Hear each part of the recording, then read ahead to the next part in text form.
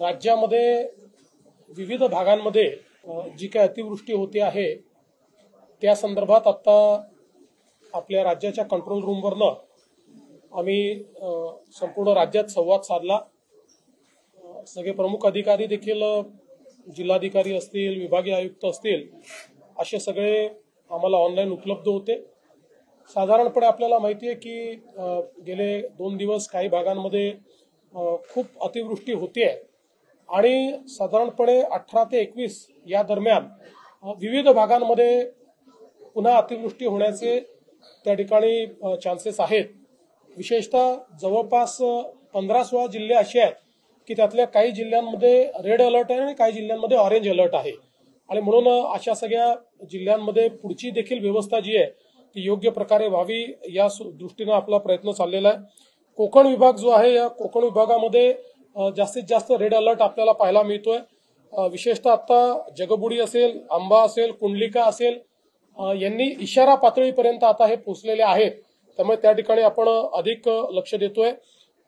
मागच्या काही वर्षांपासून वशिष्ठीमुळे चिपळूणमध्ये मोठ्या प्रमाणात आपल्याला माहिती आहे पूर येतो, तर वशिष्ठीच्याही पातळीवर त्या ठिकाणी नजर ठेवलेली आहे आणि आवश्यकता पडली तर ज्या काही उपाययोजना करायच्या त्याचं प्लॅनिंग देखील करायला आपण सांगितलेलं आहे।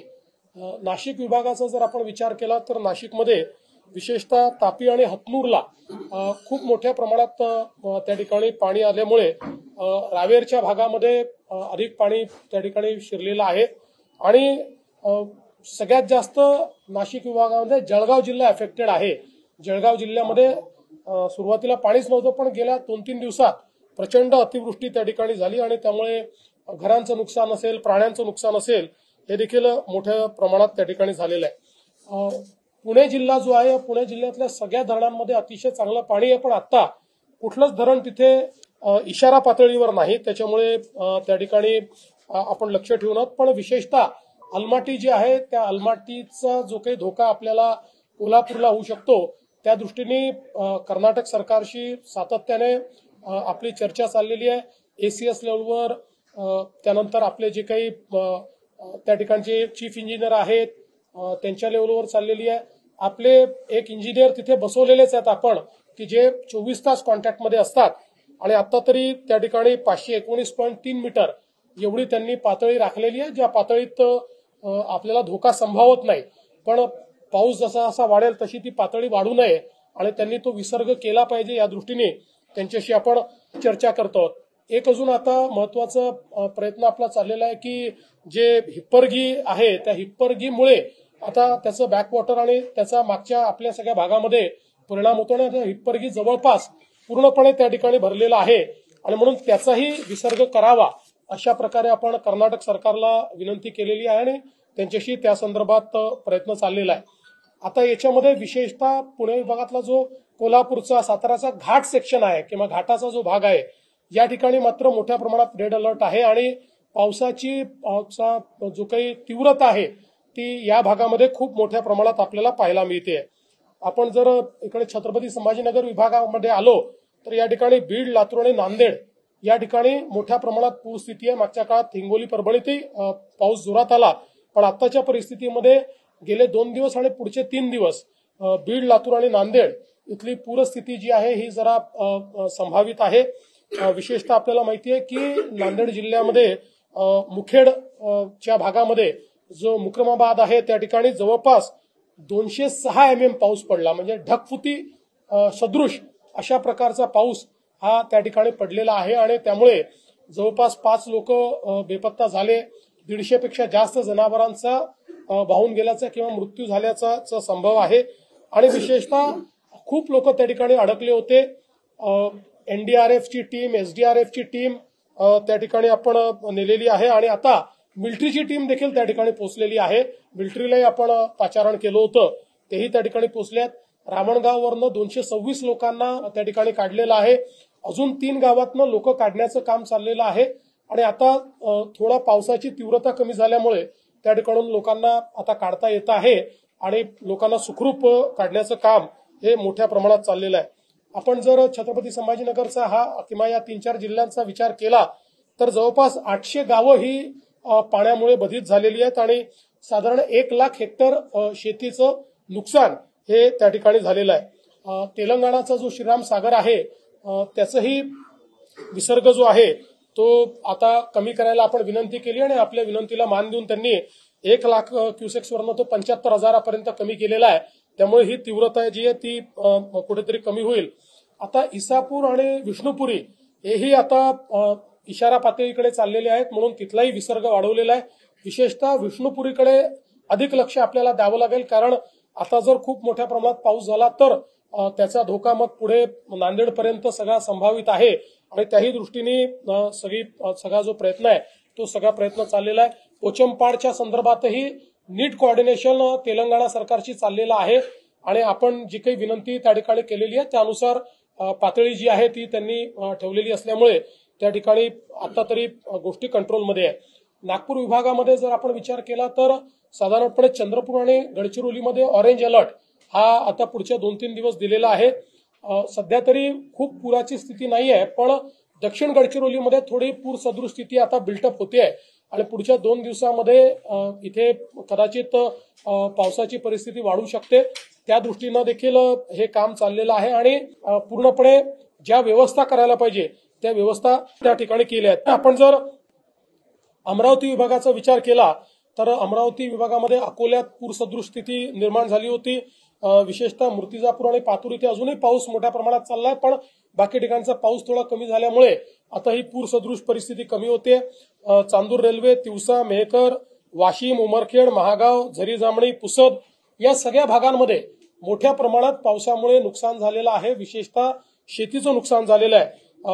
2,00,000 हेक्टरच्या वर शेतीचं नुकसान या भागात झालं असावं अशा प्रकारचा एक प्राथमिक अंदाज हा या ठिकाणी आपला व्यक्त होतोय। एकूण मुंबईचा जर आपण विचार केला तर मुंबईमध्ये तसा गेल्या म्हणजे आज सकाळी 6 वाजेच्या पूर्वीच्या 48 तासामध्ये जवळपास 200 mm पाऊस पडला आणि आज सकाळी 6 वाजतापासूनच्या 6 ते 8 तासात 170 mm पाऊस मुंबईमध्ये पडलेला आहे। त्यामुळे प्रचंड पाऊस आहे। याच्यामध्ये चेंबूर भागात सर्वाधिक 177 मिलीमीटर इतका पाऊस पडलेला आहे। यावेळेस विशेष जो काही पावसाचा जोर आपल्याला दिसतोय तो शहर भाग आणि पूर्वी उपनगर म्हणजे ईस्टर्न सबर्ब्स ज्याला म्हणतो त्या क्षेत्रामध्ये जास्तीत जास्त पावसाचा जोर आपल्याला दिसतोय। एकूण 14 ठिकाणी वॉटर लॉगिंग झालेलं आहे, ज्यापैकी 2च ठिकाणी ट्रॅफिक पूर्णपणे थांबवावं लागलं, बाकी ठिकाणचा ट्रॅफिक चाललेला आहे। अर्थात ट्रॅफिक पूर्ण मुंबईमध्ये स्लो झालेला आहे, पण ट्रॅफिक असा कुठेही पूर्णपणे थांबलेला नाही।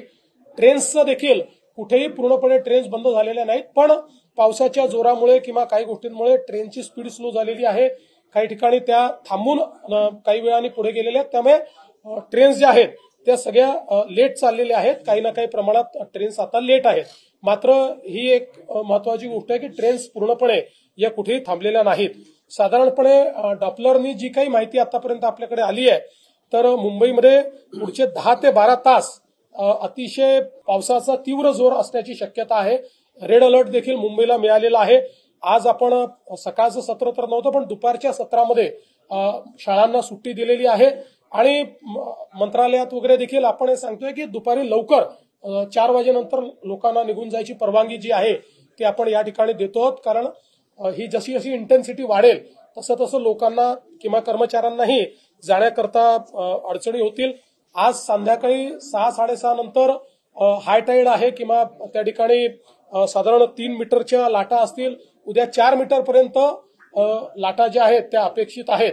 त्यामुळे हा जो काही भरतीचा काळ आहे त्या काळामध्ये लोकांनीही काळजी घेतली पाहिजे। अनेक वेळा लाटा पाहण्याच्या नादांमध्ये लोक अडचणीमध्ये येतात, त्यामुळे हे लक्षात घेतलं पाहिजे की आज संध्याकाळी 6 नंतर आणि उद्या या 3 मीटर आणि 4 मीटरच्या लाटा या त्या ठिकाणी असतील। त्या काळामध्ये मोठ्या प्रमाणात पाऊस असेल, त्यामुळे समुद्राची पातळी आणि नाल्यांची पातळी सारखी असेल आणि म्हणून आपल्याला मोठ्या प्रमाणात पाणी पंपिंग करावं लागेल।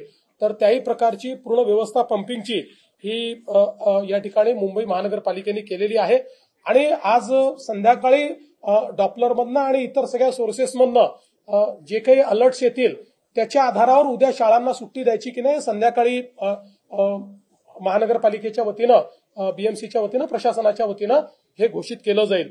आतापर्यंत जो काही अंदाज आलेला आहे त्याच्यामध्ये संपूर्ण महाराष्ट्रात एकूण 4 लाख हेक्टर जी काही जमीन आहे ही म्हणजे त्याच्यावरची पिकं जी आहेत ती पिकं पावसामुळे बाधित झालेली आहेत आणि याच्यामध्ये विशेषतः यवतमाळ, नांदेड, वर्धा, बीड, वाशिम वगैरे हा जो सगळा भाग आहे याच्यामध्ये जास्तीत जास्त सर्कलमध्ये म्हणजे वाईड स्प्रेड अशा प्रकारचं नुकसान जास्तीत जास्त सर्कलमध्ये हे या ठिकाणी दिसत आहे. आता जे काही या ठिकाणी नुकसान झालेलं आहे जनावरांचं आणि घरांचं किंवा लोक मृत्युमुखी काही प्रमाणात जिथे पडलेले आहेत या संदर्भात सगळे अधिकार हे जिल्हाधिकाऱ्यांना देण्यात आलेले आहेत आणि त्यांना निधी देखील उपलब्ध करून दिलेला आहे. उन्हे पद्धतीने त्यांना निधी विड्रॉ करता येतो. त्यामुळे कुठल्याही अशा प्रकारची घटना झाल्यानंतर तात्काळ त्या ठिकाणी जी काही मदत आहे ती मदत त्यांना करता येईल. प्राण्यांच्या संदर्भात असेल किंवा व्यक्तींच्या संदर्भात असेल किंवा घरांची पडझड असेल ते देखील सांगितलेलं आहे. काही ठिकाणी लोकांना तात्पुरत्या निवाऱ्यात जे हलवावं लागतं त्या ठिकाणी चांगली त्यांची जेवणाची सोय झाली पाहिजे, पिण्याचं स्वच्छ पाणी मिळालं पाहिजे अशा प्रकारचे आदेश देखील आपण त्या ठिकाणी दिलेले आहेत. आणि पिकाचं जे काही नुकसान झालंय त्या संदर्भात एक इंटेन्सिव्ह अशा प्रकारचं पाहणी करून त्याचेही पंचनामे करण्याचे आदेश हे आपण दिलेले आहेत.